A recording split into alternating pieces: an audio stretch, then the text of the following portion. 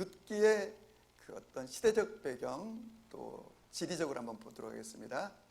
보시는 것처럼 본래는 나오미, 엘리멜렉, 말론, 기론 네 가족이 베들레헴에 살고 있었는데 흉년이 오자 이제 재산을 정리해서 모압 땅으로 갔다고 그랬죠. 모압은 상당히 사해 밑에 쪽에 있는 거죠. 모압, 에돔, 모압, 그리고 그 위에 암몬이 있죠. 저 정도만 보고 같이 오늘 말씀 시작하도록 하겠습니다. 사사시대를 배경으로 하고 하는 성경이 두 권인데 하나는 역시 사사기고 또 하나는 룻기입니다. 그래서 사사기에는 12명의 사사들이 소개되고 연대기적으로 소개되면서 사사시대가 어떤 시대였는지 보여줍니다. 그리고 그들의 신앙은 어떠했는지도 보여주고 있습니다. 그런데 사사시대는 소위 영적 암흑기라고 그래요. 그래서 이스라엘 역사 가운데 그야말로 흑역사인 거죠. 사사시대는 이스라엘 백성들이 이집트에서 탈출하여 홍해를 건너 광야에서 한 40년의 세월을 보내죠. 그리고 이제 요단을 건너 가나안 땅에 들어가 가나안 땅에 살고 있던 7 족속들을 격파하고 그 땅을 차지해서 12지파가 이제 분배하는 이야기들이 있습니다. 그리고 이제 이 사사기는 이제 가나안 땅에 들어가서 정착을 했습니다. 그래서 이제 출애굽 1세대라고 할 수 있는 바로 갈렙, 여호수아 그리고 또 나왔던 젊은이들이 다 죽고 이제 그야말로 새로운 세대가 이제 태어나서 이제 살아가고 있는 시대. 이 시간이 한 350년에서 한 400년 정도로 보고 있습니다. 언제까지? 이스라엘의 왕정이 시작할 때까지.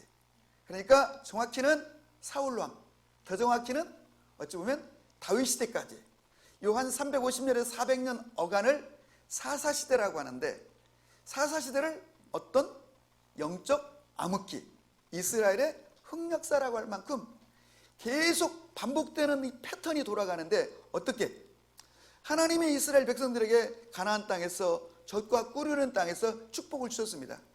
그랬더니 그들은 그 풍요를 변제시켜 그들은 가나안 문화를 쫓아갔고 가나안 사람들이 섬기던 바알과 아스다롯 같은 이방신을 섬기면서 그들의 죄악 가운데 같이 섞여 살기 시작했습니다. 그러니까 하나님이 이스라엘 백성들에게 심판, 징계를 주셨는데, 대부분의 징계는 첫 번째는 전쟁을 통해서 왔습니다. 그래서 전쟁을 통해서 사람이 죽고 막 끌려가고 그리고 매년 조공을 바쳐야 되는 전쟁. 또 하나는 흉년입니다. 오늘 본문에 있는 것처럼 기근, 흉년을 통해서 하나님이 이스라엘 백성들을 징계하셨습니다. 세 번째는 질병이었습니다. 전염병 같은 질병을 통해서 이스라엘 백성들을 고통스럽게 해서 그들이 돌아오게 했습니다. 그러면 막 너무 힘이 드니까 이 백성들이 막 하나님을 향하여 부르짖는 거예요. 회개하고 살려달라고, 고통이 지나가게 해달라고. 그러면 하나님이 구원자가 바로 사사죠. 구원자를 세워서 이스라엘 백성들을 그 위기에서 건져주십니다. 그러면 이스라엘 백성들에게 다시 풍요가 옵니다. 그러면 또 이스라엘 백성들이 또다시 범죄하고 하나님의 징계가 오고 회개하고 또 하나님의 구원자를 세워 회복시키고 풍요가 오면 또 죄짓고, 이것이 12사사들을 통해 시대마다 계속 반복해서 돌아가고 있는 시대가 바로 사사시대, 영적 암흑기, 어두운 시대. 그래서 하나님의 음성도 들리지 않고 선지자들의 활동도 없는 그런 시대가 바로 사사시대인데, 오늘 우리가 읽은 이 성경 1장 1절은 이렇게 시작합니다. 사사들이 치리하던 때에 그 땅에 흉년이 드니라. 그러니까 사사들이 통치하고 있던 이 영적인 어두운 시대에 지금 흉년이 들었다는 얘기는 하나님의 징계가 그 죄악으로 인하여 왔다는 뜻입니다. 그런데 문제는 유대 베들레헴에 살고 있던 한 사람, 엘리멜렉이라고 하는 사람이 그의 아내와 두 아들을 데리고 모압 지방으로 가서 살았다는 것입니다. 요즘으로 말하면 경제가 어려우니까 살기 힘들어지고, 우리 2008년도 미국 금융 위기가 전 세계를 덮쳐가지고 경기 침체가 전 세계적으로 왔잖아요.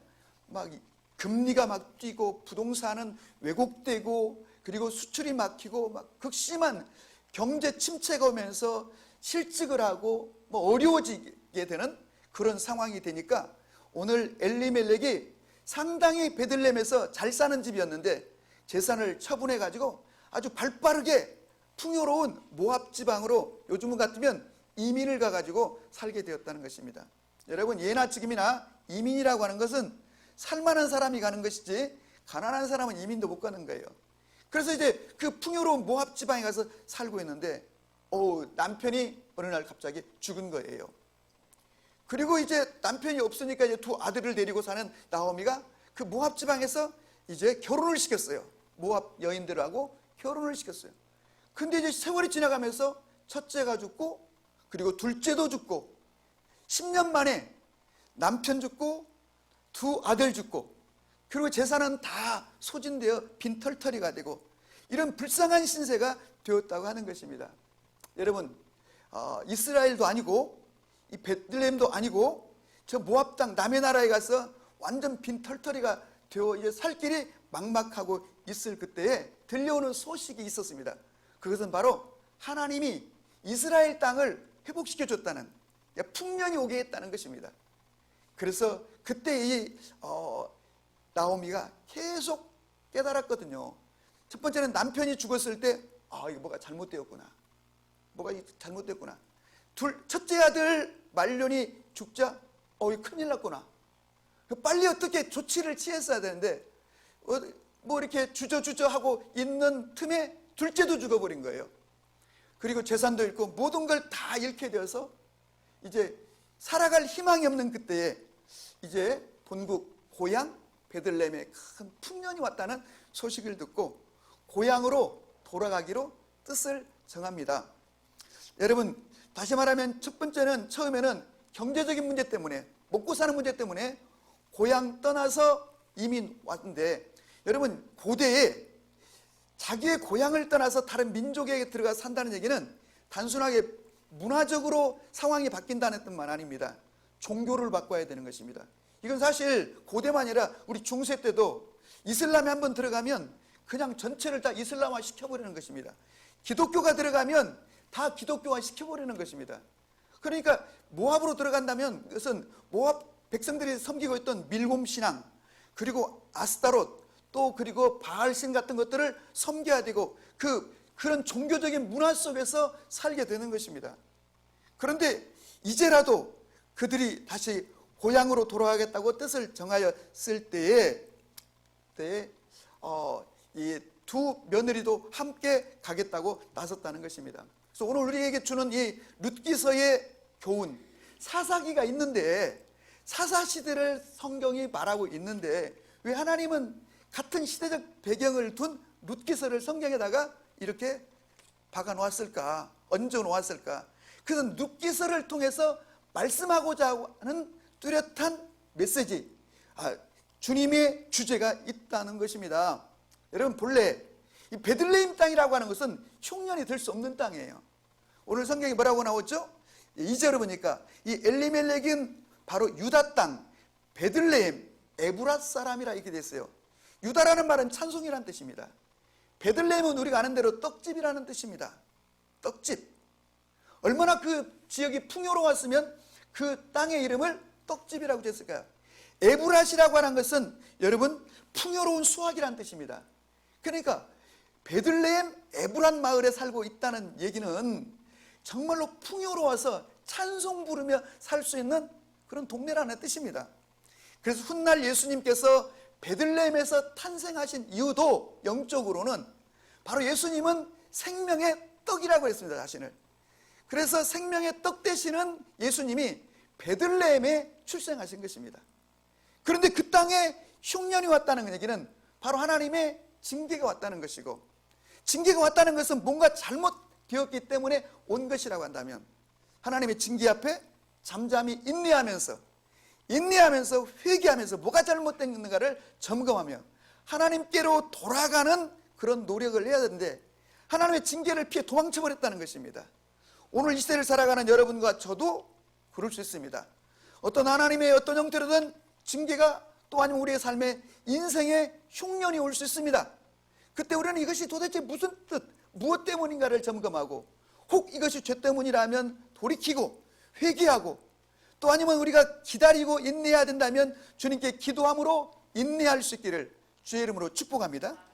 우리가 성경을 통해서 알 수 있는 것은 흉년이라고 하는 것은, 기근이라고 하는 것은, 때로는 여러분이 고난이라고 하는 것은 언제나 우리에게 재앙이 되는 것은 아닙니다. 오히려 흉년을 통하여, 재앙을 통하여, 고난을 통하여 우리의 삶에 하나님의 축복이 이루어지고 하나님의 목적이 성취되는 것을 보게 되는 것입니다. 그러므로 여러분과 제가 언제나 이 고난 앞에 정신을 차리고 도대체 이것이 어디로부터 온 것이며 나는 어떤 선택을 해야 되는지를 우리가 점검해야 되는 것입니다. 그래서 이 룻기서가 주는 가장 중요한 주제, 메시지는 선택의 중요성입니다. 선택의 중요성, 선택이 얼마나 중요한지를 우리에게 보여주는 것입니다. 여러분과 제가 올바른 선택을 하심으로 여러분과 제가 승리하는 인생이 되기를 바랍니다. 엘리멜렉과 그의 가족이 이 잘못된 선택, 먹고 사는 문제가 어려워지는 상황이 벌어지자 그들이 잘못된 선택을 통해서 너무도 처참한 결과에 이르게 되는데, 남편 잃고 두 아들 잃고 재산도 다 순식간에 사라져버렸다는 것입니다. 그럼에도 또 이 룻기를 통하여 보여주는 그 위대함은 나오미가 용기를 갖고 믿음을 갖고 결단했다는 것입니다. 고향으로 돌아가기로, 이 고향으로 돌아간다는 것은 다시 하나님께로 돌아간다는 뜻이요, 신앙으로 다시 회복하는 삶을 살겠다는 의지인 것입니다. 그렇지만 여러분, 말이 그렇지 지금 이 상태에서 고향으로 돌아간다는 것은 얼마나 힘들고 어려운 일인지 모릅니다. 자, 내일 모레가 여러분 설입니다. 참 우리가 요즘이니까 그렇고 또 코로나 시국이어서 그렇지 옛날에는 다 명절 되면 고향 가는 것입니다. 고향 가면 여러분 어떤 일이 벌어지냐면 집집마다 서울에서 타고 온 차들이 있어요. 차들. 제가 부목사 때 교회 옛날에 그 아시아 자동차에서 나온 15인승 봉고를 이제 굉장히 낡은 봉고를 몰고 갔어요. 그리고 저희 집 앞에다 세워놨더니 어떤 청년들이 지나가면서 저 버스가 어디서 왔냐고 그러더라고요. 근데 그 얘기를 듣는 순간 인간적으로, 그 내가 대학 나오고 대학원을 졸업했는데 또 나이도 들 만큼 들었는데 그냥 낡은 그 아시아 자동차에 나던 큰 15인승 봉고를, 10인승도 아니고 15인승 봉고를 길다는 걸 갖다가 받쳐놨더니 애들이 지나가면서 저 버스는 어디서 온 거냐고 그러는데 인간적으로 너무 창피한 거예요. 내가 너무 창피한 거예요. 여러분, 집집마다 이제 이렇게 차들이 있어요. 어떤 차는, 차도 뭐 우리나라에 얼마나 많은 종류의 차가 있어요. 급이 다르잖아요. 근데 말이죠, 남성들에게는 이 차가 또 자기 신분에 대한 표현이기도 합니다. 그래서 그렇게 생각합니다. 그래서 여러분, 정말 사업이 안 되고 삶이 어렵고 힘들고 자신의 처지가 꼬이면요, 고향 가는 것도 여러분 싫습니다. 고향 가고 싶은 마음이 없습니다. 그리고 마음속에 내가 앞으로 좀 힘이 펴면 잘 되면 고향 가야지, 이게 누구에게나 있는 인지상정이고 기본적인 보통 사람들의 심리입니다. 근데 여러분, 그래도 베들레헴에서 살만한 집이고 잘 살던 집인데 다 잃어버리고 남편, 두 아들 다 사라져서 빈털터리가 되어, 다시 말하면 거지가 되어 고향으로 돌아간다는 게 보통 어려운 일이 아닙니다. 사람들이 어떻게 생각할까? 어떤 눈으로 쳐다볼까? 동네 사람들의 수근거림이 얼마나 또 그로 하여금 쉽게 결정하지 못하게 했겠습니까? 그럼에도 불구하고 고향으로 돌아가기로 강하게 뜻을 정했는데, 사실 우리가 룻기 하니까 룻이라는 여자를 중심으로 펼쳐지는 이야기 같지만 사실은 룻 못지않게 우리가 주목해 봐야 될 사람이 바로 나오미입니다. 그래서 룻기는 그 칠흑같이 어두운 암흑 같은 그런 영적으로 타락한 사사시대 속에서 별처럼 보석처럼 빛나는 사람들의 이야기를 실어준 게 바로 룻기인데, 이건 단순히 룻만이 아닙니다. 첫 번째는 룻이고 또 하나는 나오미입니다. 또 한 사람이 있다면 보았습니다. 이렇게 그런 시대에도 이런 보석 같은 별처럼 빛나는 사람들이 있었다는 것입니다. 저는 우리 사도행전 교회가 여러분과 저 우리 각 사람이 이 시대에 그렇게 어둠 속에 빛나는 보석 같은 별 같은 그런 성도가 되기를 주님의 이름으로 축복합니다. 그래서 이제 결심했습니다. 그리고 이제 두 며느리한테 얘기했습니다. 내가 고향으로 돌아가겠다. 내가 하나님께로 돌아가겠다고 했더니 놀랍게도 이 두 젊은 며느리들이 아이도 없는 거잖아요, 지금요. 그러니까 이 결혼한 지 얼마 안 돼서 바로 남편들이 죽었으니까 병으로 죽었는지 사고로 죽었는지 알 수는 없지만 죽었단 말이죠. 그래서 같이 나서겠다는 거예요. 어머니의 고향에 어머니의 민족에게로 함께 가겠다는 거예요. 이 얼마나 고마운 일이고 얼마나 귀하고 착한 며느리들이에요. 저는 여러분들의 가정에도 이런 착한 며느리들이 들어갈 수 있기를 주의 이름으로 축복합니다. 예, 아멘 하신 분들은 그대로 될 수 있기를 바라고. 예, 아멘. 예. 그래서 이제 출발을 했어요. 일단 모압에서 출발했어요. 한참 가는데 아무리 생각해도 이건 아닌 것 같아요. 이건. 아무리 생각해도 지금 이 우리 가정의 이 엄청난 이 불행이 결국은 잘못된 선택 때문에 왔고, 이건 결국 나오미로서는 나 때문에 왔다고 생각해요. 남편이 가자고 했을 때 단호하게 말렸어야 되는데, 끝까지 안 된다고 했어야 되는데 그냥 따라 나섰던 자신의 어리석음. 그리고 남편 죽었을 때 빨리 그때라도 짐을 챙겨서 예루살렘으로 베들레헴으로 돌아갔어야 되는데 그러지 못하고 주저주저 하다가 기회를 놓치고 이렇게까지 어려워지게 된 것이 다 자기 때문이라고, 기도하지 않았고 깨어있지 않은 자기 때문이라고 하는 자책감이 막 몰려오는데, 그런데 이 두 며느리들을 데리고 베들레헴에 간들 맞이해주는 사람은 없고 무슨 재산이 있는 것도 아닌데 이들을 데리고 희망도 없는 땅에, 민족도 다르고 문화도 다른데 이들을 데리고 간다는 게 자기에게는 양심상도 그렇고 도문이 내키지가 않는 거예요. 그래서 사랑하는 마음에 그 두 며느리에게 설득했습니다. 나는 이제 가는데 너희들까지 나를 따라올 필요는 없다. 가보아야 거기가 희망이 있는 곳이 아니다. 내가 이렇게 빈털터리로 가는데 너희는 너희 고국으로, 그리고 너희 어머니에게로 돌아가거라. 막 설득을 했어요. 그랬더니요, 두 며느리가요 울면서 아니라는 겁니다. 가겠다는 겁니다. 그러자 또 다시 나오미가 더 강한 말로 두 며느리를 설득했어요. 돌아가야 된다. 그리고 너희가 재혼도 하고 새롭게 인생을 출발해야지 이 늙은 나를 따라와서 아무것도 없는 빈털터리 나를 따라 무슨 희망이 있겠느냐 했더니요, 듣고 보니까 또 맞는 말이잖아요. 그러니까 큰 며느리 오르바가 눈물을 흘리고 그 시어머니와 이렇게 입 맞추고 헤어졌다는 얘기가 이제 오늘 본문에 나옵니다. 그런데 룻은 끄떡도 안 하는 거예요. 그래서 룻을 다시 또 설득합니다. 너의 그 동서처럼 너도 너의 동서와 함께 그 민족에게로. 근데 참 묘한 말을 해요. 너도 너희 동서와 함께 그 너희 민족에게로, 그리고 너희의 신에게 돌아가라, 이런 말을 해요. 그래서 이게 돌아간다는 말은, 선택한다는 말은 단순히 문화적 지리적 선택만이 아니고 이건 종교적인 선택도 되는 거예요. 종교적인 선택도. 그러면서 이제 그 유명한 말, 여러분 우리가 잘 아는 이 유명한 고백을 오늘 이제 룻이 합니다. 이렇게 답변합니다. 나에게 어머니를 떠나 돌아가라고 강권하지 마십시오. 어머니가 가시는 곳에 나도 가고 어머니께서 머무는 곳에 나도 머물 것이며 어머니의 백성은 나의 백성이 되고 어머니의 하나님이 나의 하나님이 될 것입니다. 어머니께서 죽으시는 곳에서 나도 죽게 되고 거기에 묻힐 것입니다. 만일 내가 죽는 일 외에 어머니를 떠나면 여호와께서 내게 벌을 내리시기를 원합니다. 너무 단호한 거예요. 너무 단호. 그리고 이것이 단순히 단호한만이 아니라 이것이 이 룻의 고백 속에 신앙적 결단으로 지금 결정하고 있다는 사실을 알게 됐죠.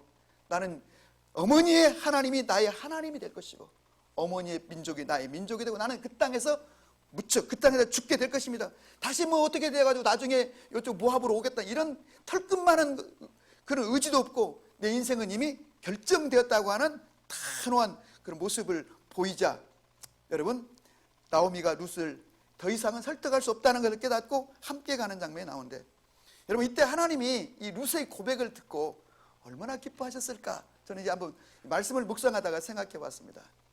여러분 우리가 사사기라고 하는 성경 21장으로 되어 있습니다. 민족을 구원한 사사들의 이야기가 줄을 이루어서 흘러가고 있습니다. 그런데 여러분 사사기 21장 350에서 400년의 역사를 다루는 이 책 속에요, 솔직히는 눈만큼 이렇게 별처럼 보석처럼 빛나는 믿음의 사람이 없다는 사실이에요. 기드온같이 위대해 보이고 우리가 흠모하는 그런 인물도 하나님이 엄청 설득해가지고 그 일을 시킨 거예요. 삼손은 뭐 말할 것도 없고 다른 뭐 사사들도 뭐 그렇게 대단한 막 하나님 앞에서 막 신앙적 결단과 막 믿음을 가지고 한 게 아니에요. 그런데 어떻게 이 여인 속에, 이 룻 속에 이런 놀라운 신앙적 믿음의 결단을 하게 되었다는 걸 통해서만도 우리는 나오미가 특별한 여인이라는 것을 우리가 재조명해야 된다는 것입니다.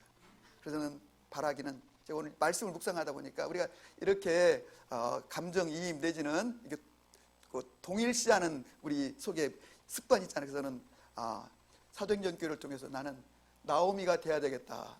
이슬령 사모하고 또 나오미가 되겠다. 저는 여러분 성도 한 분 한 분이 룻이 되기를 주의 이름으로 축복합니다. 정말로 나의 연약함과 부족함으로 좀 너무 많은 걸 잃어버렸고 너무 많은 것을 떠나버리고 고통 가운데 있었지만 정말 함께하는 우리 사도행전 교회 성도님 한 분 한 분이 룻처럼 그렇게 보석처럼 빛나는 믿음의 사람들이 되시기를 주의 이름으로 축복하고, 다시 한번 반복하거니와 여러분의 가정에 룻 같은 그런 며느리들이 들어오시기를 주의 이름으로 축원합니다. 아멘 하신 분들은 그대로 됐으면 좋겠고, 안 하신 분들은 또 우리 자매님들은 룻처럼 되시기를 주의 이름으로 축원합니다. 아멘. 그래서 이제 두 사람이 결심하고 이제 본국으로 이제 걸어가요. 굉장히 먼 거리잖아요, 저게요. 아까 지도에서 본 것처럼 뭐 이 동네 저 동네로 가는 것이 아니고 뭐 서울에서 수원 가는 거리도 아니고 이 모압에서 말이죠. 저 지금으로 하는 요르단 저 밑부분에서 말이죠. 사해 위쪽으로 돌아서 말이죠. 이제 베들레헴까지 들어간다고 하는 이 길은 수백 킬로가 되는 굉장히 머나먼 거리를 이제 이동하는 것입니다. 그래서 룻과 나오미가 이제 베들레헴에 도착했습니다. 베들레헴에 이제 벌써 풍년이 와가지고 굉장히 살기가 좋아진 거예요. 하나님이 그 땅을 회복시키셔가지고. 여러분 10년 만에 돌아온 나오미, 동네 사람들이 그냥 깜짝 놀랐어요. 그래서 오늘 성경에 보니까 나오미가 왔다고 막 난리가 난 거예요. 왜? 전에 굉장히 잘 살던 집이거든요. 떵떵거리며 살던, 남부럽지 않게 살던 집이거든요. 근데 남편도 없지, 두 아들도 없지, 홀로 남은 며느리만 데리고 지금 온 거예요. 그리고 10년 세월 남편이 죽었습니다. 그리고 또 말론도 기론도 사라졌습니다. 재산 다 잃었습니다. 그러면 그 10년 세월 속에 이 나오미가 얼마나 고통을 받았겠는가 상상할 수 있잖아요. 그러면 10년이면 우리말에 강산도 변한다는 말이 있습니다. 그러면 세월이 변했으니까 나이도 많아졌으니까 늙었겠죠. 근데 늘 마음고생을 이토록 많이 했는데 얼마나 몰골이 험하게 되겠습니까? 그리고 또 여러분 희망도 없는 그녀의 삶에 얼마나 그 아픔이 있었겠습니까? 그러니까 10년 만에 돌아온 이 나오미의 모습이라고 하는 것은 베들레헴 사람들이 보기에는 너무 깜짝 놀랄 만한 모습인 거예요. 그래서 뭐 요즘으로 같으면 그 베들레헴 저녁신문에 기사로 나올 만하고 뉴스에 나올 만큼 뭐 그런 일이 지금 벌어진 거예요. 그래서 사람들이 막 나오미가 왔다, 나오미가 왔다. 나오미라는 말의 뜻은 기쁨이란 뜻이잖아요. 희락이란 뜻이잖아요. 그러니까 너희가 나를 나오미라고 부르지 말라. 희락 씨가 왔다, 기쁨 씨가 왔다, 행복 씨가 왔다, 이런 거에 이를테면, 그러니까 나를 나오미라고 부르지 말고 나를 마라라 부르라. 마라가 뭐예요? 쓴물이라, 고통이란 뜻이잖아요. 나는 고통이다. 10년 세월 너무 많은 고통을 겪었다. 근데 아직은 여러분 이 나오미의 삶이 고통이고 희망이 없어 보이고 사람들의 가십거리가 되어 있지만요, 여러분 우리가 읽은 이 성경 1장 마지막 절은요 뭐라고 끝이 납니까? 여러분 22절에 나오미가 모압 여자 룻과 함께 돌아왔는데 볼이 추수 시작할 때 베들레헴에 이르렀더라. 추수기에 돌아온 거예요. 마침 추수기에 돌아온 거예요. 여러분 1장은 이렇게 해서 이제 끝이 납니다. 굉장히 어둡고 참 안타까운 모습, 희망이 없는 모습으로 끝이 나는데 마지막 절은 추수기가 시작될 때 베들레헴에 도착했다는 것입니다. 잘못된 선택을 통해서 모든 것을 다 잃어버린 두 여자, 세상에서 가장 부끄럽고 추한 모습으로 서 있는 두 여자, 희망도 없이 서 있는 두 여자. 그런데 이제 2장부터 하나님이 두 여인을 위해서 새로운 드라마를 이제 쓰십니다. 그리고 정말로 드라마틱하고 영광스러운 그 두 사람을 향한 그 여정이 2장, 3장, 4장을 통해서 펼쳐지면서 그 세상에 가장 정말로 비루하고 초라한 두 여인이 가장 축복되고 영광스러운 사람으로 이제 바뀌어가는 것을 우리는 사사기를 통해서 보게 됩니다. 이런 영광이, 이런 역사가 여러분과 저의 삶에, 우리 교회 가운데 넘치기를 축복하는 것입니다. 아멘. 그렇습니다. 여러분, 잘못된 선택을 통해서 너무 많은 것을 잃어버렸지만 그럼에도 불구하고 다시 옳은 선택을 통해서 그의 삶이 회복되었을 뿐만 아니라 오히려 이전과는 비교할 수 없는 놀라운 영광의 땅으로 돌아오게 주었다고 하는 것입니다. 여러분, 룻이라고 하는 여자, 그 여자도 남편이 죽고 모든 것을 다 잃었습니다.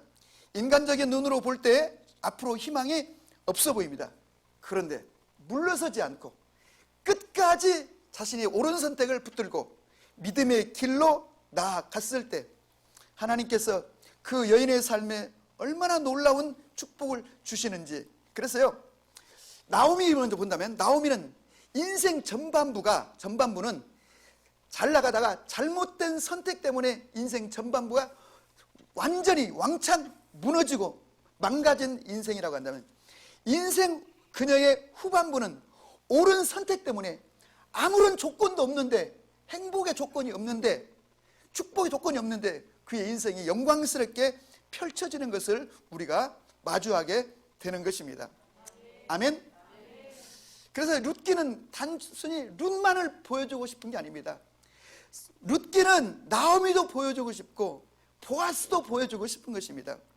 이제 룻기의 마지막 장, 마지막 부분 14절 이하에 이제 룻과 나오미가 돌아왔죠.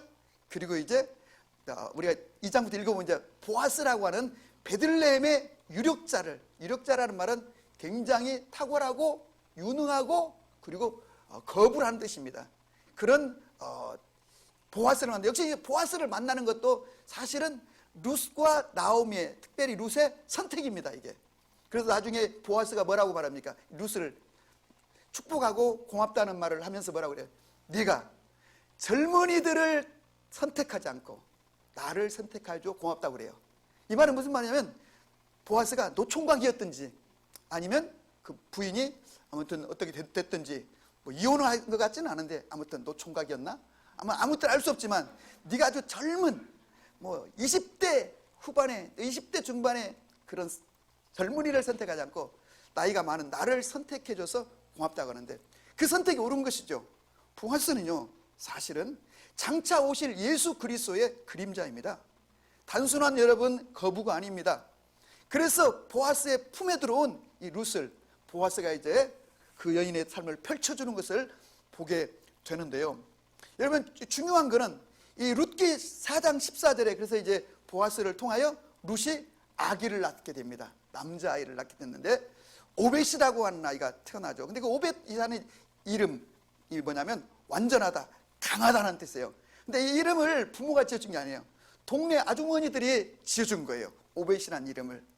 그런데 그때 동네의 여인들이 뭐라고 말하냐면, 이 아이는 내 생명의 회복자이며 너의 노년의 봉양자라. 너는 노년, 앞으로 이 아이 때문에 이제 잘 될 거야, 이런 뜻이에요. 걱정하지 말라는 뜻이에요. 그리고 너를 사랑하여 7 아들보다 귀한 너의 며느리가 낳은 아들이다. 그러니까 이 룻이라고 하는 이 며느리가 너의 7 아들보다도 더 대단한 역할을 한다는 거예요, 이 룻이라는 여자가. 실제 그렇게 되었죠. 뿐만 아니라 이혼 여인들은 그에게 이름을 지어, 오벳이라는 이름을 지어준 거죠. 나오미에게 아들이 태어났다. 이 룻의 아들인데 나오미에게 아들이 태어났다는 거예요, 나오미에게. 그래서 나오미의 인생을 얼마나 영광되게 회복시켜 주시는 하나님. 그래서 그의 이름을 오벳이라 하였는데 그는 다윗의 아버지인 이새의 아버지였더라. 그래서 여러분, 이 오벳이 누구냐면 이 다윗의 할아버지가 되는 거죠. 다윗의 할아버지가 누구에게서? 바로 모압 여자 룻에게서 태어난 거예요. 근데 우리가 신명기를 읽으면 하나님께서 모압 족속들은 본래 하나님께서 미워하는 족속으로 나와요. 우리가 아는 것처럼 아브라함의 조카 롯이 이제 소돔성이 멸망할 때 도망 나와 가지고 사람이 없으니까 자기 두 딸과의 관계 속에서 이제 자손을 퍼뜨리는데, 그게 바로 모압과 그리고 암몬이에요. 바로 이제 그렇게 해서 태어나서 영적으로는 굉장히 좋지 않은, 그래서 이 모압 족속은 하나님의 구원의 회중에 들어오지 못하리라 그랬어요. 그런데 이 모압 여자가 스스로 선택하여 여기까지 들어와서 이제 다윗의 할아버지가 될 뿐만 아니라, 여러분 더 나아가서는 이 룻기를 마무리하는 마지막 절에 바로 이 보아스의 얘기와 그리고 이 오벳의 얘기를 하면서 이는 다윗의 조상이라는 것을 밝힘으로, 이 말은 곧 장차 다윗의 후손으로 오실 메시아 예수 그리스도를 암시해주고 있는 것을 보게 됩니다. 그래서 정말로 이 가장 비천하고 초라하고 정말로 사람들에게 손가락질 받을 만한 그런 위축된 여인이 옳은 선택을 통해서 그의 인생의 후반부가 뒤집어져 가지고 영광스러운 인생을 살게 되는데, 저는 여러분과 저의 인생도 또 우리 사도행전 교회도 그런 놀라운 역사가 있기를 바라고, 그러라고 이 성경 룻기를 우리에게 오늘 보여주었다고 하는 사실입니다. 그런 역사가 반드시 있기를 주님의 이름으로 축원합니다. 아멘. 자, 룻기는 저 이방 여인, 그 룻이라고 하는 여자, 남편도 잃어버리고 완전히 가난뱅이 빈털터리가 되어 이스라엘 왔다가 하나님 섬기고 복을 받았더라, 이런 이야기를 쓰는 게 아니에요. 룻기서의 가장 중심은, 하나님은 창세기부터 요한계시록까지 하나님의 관심은 인류 구원이에요. 인류 구원, 구속사예요. 구속사. 어떻게 하나님의 구원의 역사를 펼쳐가시는가. 그래서 하나님이 이 나오미와 룻의 옳은 선택 때문에 그들의 삶을 풍요롭게 하고 복을 주셨다는 그런 삶의 주변적인 풍성함도 있지만, 더 하나님이 주목하시는 성경의 관점은 그들이 인류 구원이라고 하는 하나님의 구원 사역에 쓰임받았다고 하는 거예요. 그래서 바로 이 룻의 이름이 신약성경 마태복음에 예수님의 족보 이야기에 다시 등장하는 것은 그런 연유이기 때문인 것입니다. 여러분과 저가 예수님 믿고 하나님을 믿어 풍요롭고 복된 삶을 사는 것도 중요하지만, 더 중요한 것은 우리가 하나님의 구속의 역사, 하나님의 구원의 역사에 어떻게든지 이 교회와 우리의 인생이, 우리의 자녀가 쓰임받는 거예요. 쓰임받는 그런 가정이 될 수 있기를 축복합니다. 결론입니다. 우리는 인생을 살아가면서 순간순간 무언가를 선택해야 되는데, 정말로 먹고 사는 문제 때문에 선택하는 것이 아니라 언제나 믿음의 선택을 하시고 하나님의 구원의 역사의 관점에서 우리의 인생길을 선택해가는, 그래서 우리의 옳은 선택 때문에 우리가 인생을 풍요롭고 승리하며 하나님의 구원의 역사에 쓰임받는 그런 은총이 있기를 주의 이름으로 권합니다. 아멘.